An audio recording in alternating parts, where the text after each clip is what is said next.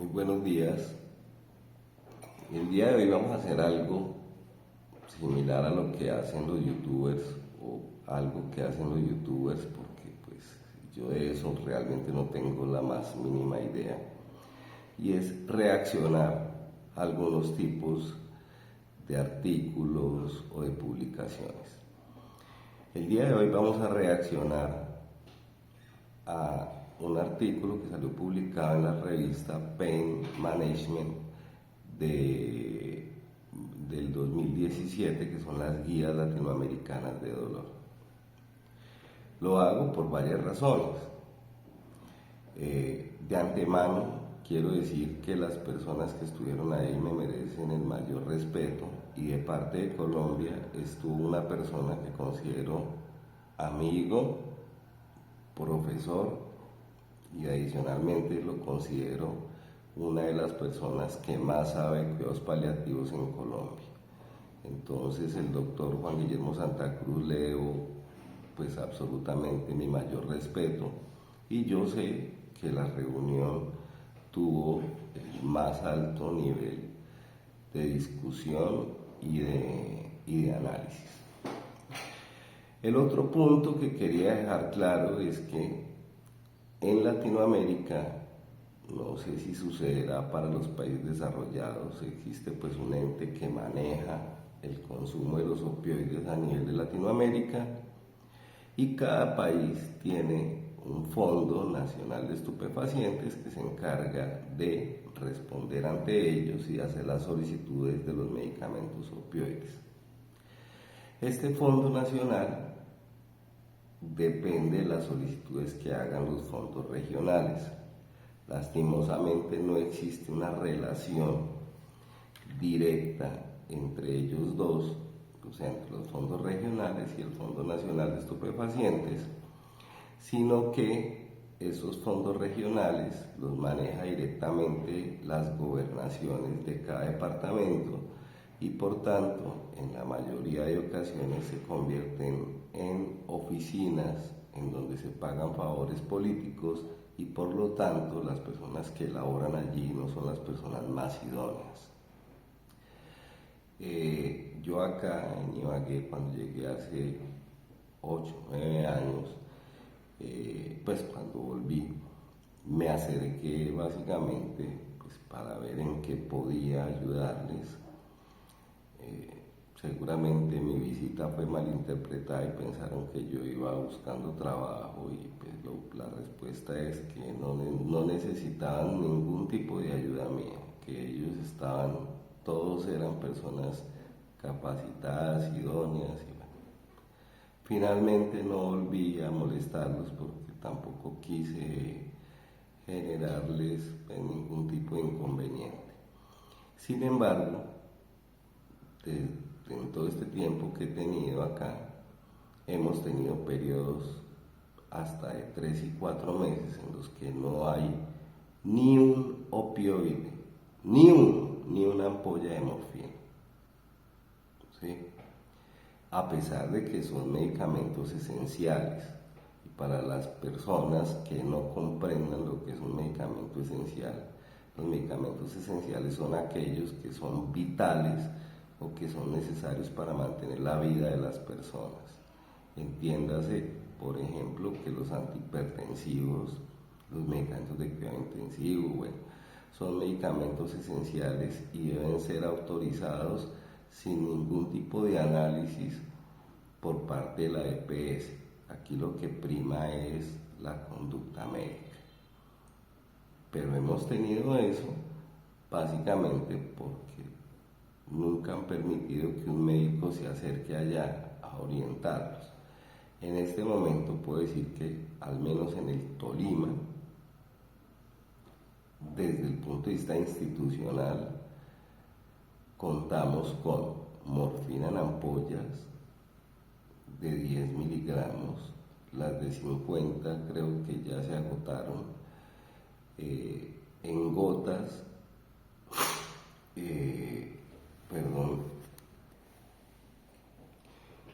bueno, oxicodona hace mucho rato no se consigue, y la oxicodona que se conseguía, pues evidentemente no es oxicodona de liberación prolongada. Hidromorfona conseguimos en tabletas, metadona se consigue muy de vez en cuando, y pare de contar, no tenemos más medicamentos. Con eso nos tenemos que defender. Tenemos fentanil, pero son medicamentos que son de uso institucional y el resto son medicamentos comerciales. Antes que se me olvide, una de las razones por las cuales quise reaccionar precisamente a este video es porque cuando uno mira las referencias, tristemente las referencias son todas extranjeras, todas de países desarrollados, todas de países extranjeros, de Estados Unidos, de Europa. Y termina siendo bastante paradójico que saquemos las guías latinoamericanas de dolor con estadísticas que no son propias. ¿Ok? Pero bueno, eso no nos va a tocar, a evitar seguir adelante. Hay algunos datos que pues evidentemente necesito leerlos, por eso pues les pido excusas. En Latinoamérica existen países en los que el consumo de opioides está entre 1 y 10 miligramos de morfina per cápita por año, ¿sí? Ellos son Argentina, Chile, Brasil, Colombia, Cuba, México, Costa Rica y Uruguay. Hay otros países como Guatemala, Honduras, Bolivia, Haití, donde los niveles son bajos, extremadamente bajos, e incluso hay países en donde no hay opioides. Ejemplo, Bolivia. No sé si habrán cambiado las condiciones allá, pero hasta hace algunos años era prohibido hablar de opioides allá en Bolivia. Y esto, pues evidentemente obedecía más a condiciones culturales que cualquier otra cosa. Yo no sé si existan mecanismos de índole científico que permitan que el Ministerio de Salud pueda reaccionar y permitir el uso de estos medicamentos en los pacientes que lo necesitan. Hay muchas cosas que son completamente similares a las guías internacionales de dolor, como por ejemplo, ¿de qué depende el tratamiento de los opioides? Pues depende de lo que ya conocemos. Depende del mal manejo, y eso sabemos que también es secundario a problemas de educación, pero aunque se han hecho recomendaciones de las condiciones mínimas o conocimientos mínimos que debe tener un médico,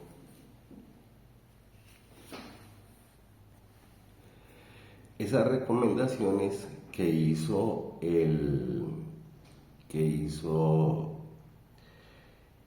la Asociación Latinoamericana de Cuidados Paliativos, de la que tuvimos la fortuna de ser el primer país en que visitaron, porque en ese momento la presidenta de la Sociedad Latinoamericana era Tania Pastrana, que es una gran médica colombiana, ibaguereña, que labora como docente en Alemania, y por eso tuvimos la fortuna de ser los primeros, pero hace tanto tiempo que se hizo eso y todavía no se han implementado en la gran mayoría de universidades, y lo puedo decir con conocimiento de causa.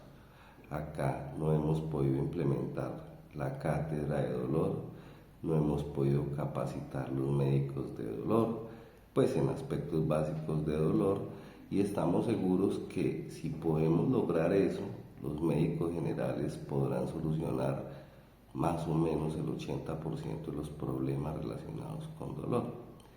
Pero eso depende de políticas que involucren esos conocimientos o esas aptitudes mínimas necesarias de los médicos generales en formación.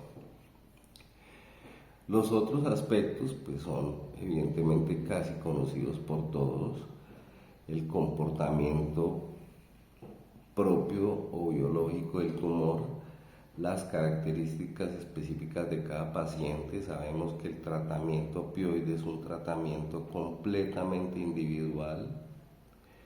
La falta de conocimiento sobre las indicaciones, los miedos a los efectos adversos y a la adicción que supera por mucho la posibilidad de ofrecer un control de sufrimiento de los pacientes. Y menciona que, según estimaciones de ellos en ese momento, casi 6 millones de personas en Latinoamérica tenían un acceso inadecuado o inexistente a los medicamentos opioides. O sea, estamos en una pandemia peor que la que tuvimos, pero no hemos querido abrir los ojos, despertar y darnos cuenta de las condiciones en las que estamos. Por otro lado, también es importante, una de las conclusiones dentro del resumen ejecutivo, una de las recomendaciones que hacía la Organización Mundial de la Salud, y es que debemos iniciar el tratamiento tan pronto el paciente lo requiera, tan pronto el paciente tenga el diagnóstico y tenga dolor. No importa que iniciemos con medicamentos poco potentes, pero cuando un paciente tiene un dolor potente, no tenemos que pasar por la escalera analgésica, sino podemos iniciar directamente el manejo del dolor. Obvio que eso implica que se haga una titulación adecuada de los pacientes y que cuando formulemos opioides tengamos la precaución de formular los rescates. Mi recomendación es que no solamente se formulen los rescates, sino que se les proponga a las familias que lleven una especie de diario en el donde lleven anotados el número de rescates que se colocan todos los días y los horarios, porque a veces nos permite potenciar algunas horas especiales. Sabemos que los momentos de mayor dolor son los momentos, especialmente en las mañanas, cuando los pacientes son movilizados, cuando hay que bañarlos, cuando hay que cambiarles el pañal, etcétera, etcétera. Eso eran parte, digamos, de los resúmenes, del resumen ejecutivo. Igual se hace una clasificación del dolor por cáncer, en donde ellos recomiendan lo siguiente: hay dolor relacionado al cáncer. La principal causa son las lesiones óseas, la compresión de la médula espinal por metástasis en la columna, metástasis en el cráneo. En este punto sí quiero ser bastante enfático. La gente tiene el concepto que el dolor de cabeza es igual a tumor cerebral. Generalmente las metástasis cerebrales no duelen, excepto cuando ya tienen el tamaño suficiente para causar hipertensión intracraneana. Pero inicialmente las manifestaciones de un tumor cerebral o de las metástasis cerebrales tienen que ver principalmente con aspectos relacionados con la motilidad, con la sensibilidad y con el comportamiento. Entonces hay que tener un alto índice de sospecha, pero el dolor no es el primer indicativo de metástasis cerebral.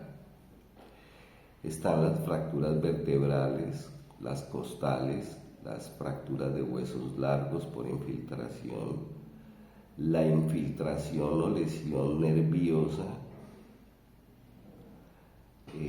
causas de dolor visceral, por ejemplo, el compromiso pleural, el compromiso hepático, también igual o trato de aclarar lo siguiente: el hígado, el parénquima no duele cuando se inflama y se distiende la cápsula de Gleason, pero una metástasis sola en el hígado por lo general no duele.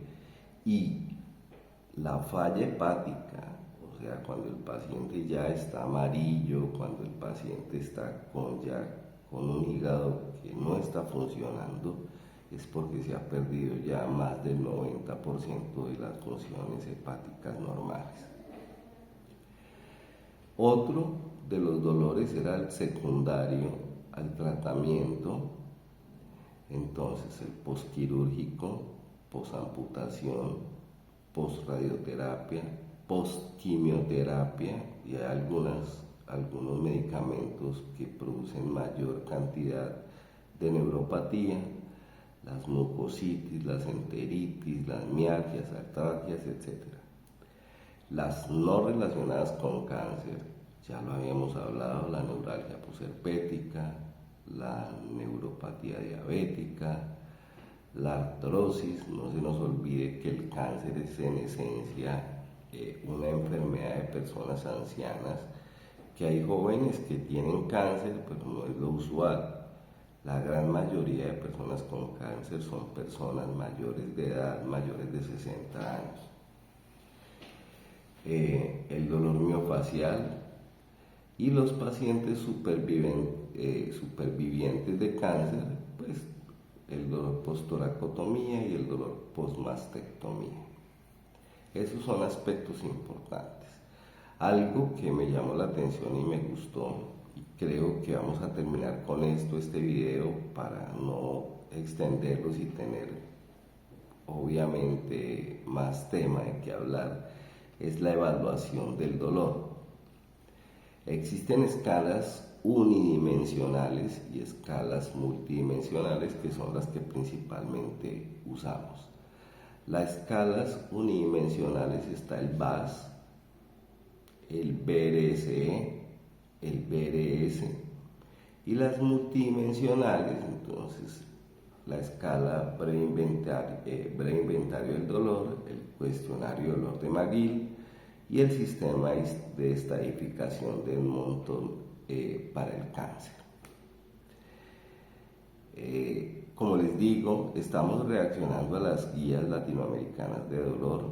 Nos falta todavía mucho, y obviamente después de esto seguiremos tratando otros artículos y otros temas relacionados con dolor y cáncer, como por ejemplo la obesidad y el cáncer. Hace poco vi un video corto del doctor Jesse Sánchez, gineco-oncólogo y mastólogo, que estaba hablando acerca de la obesidad y el cáncer femenino. Pero quería dejar hasta hoy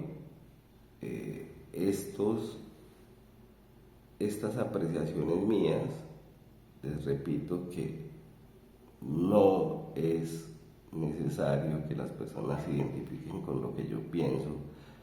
Lo que yo quiero es llevar una información, y espero nuevamente que los que nos ven, por favor, suscríbanse, denle like. Eso nos va a permitir que le llegue a más gente. Entiendan que nosotros vimos una pandemia y tenemos un problema grandísimo con el cáncer, y todo lo que podamos hacer por ayudar a estas personas es bienvenido. Entonces les agradezco nuevamente su visita, su acompañamiento, y espero poder esta misma semana seguir generando nuevos videos que amplíen nuestros conocimientos acerca del tema. Muchas gracias a todos, y espero que este video les haya servido de algo para aclarar un poco sus dudas. Muchas gracias.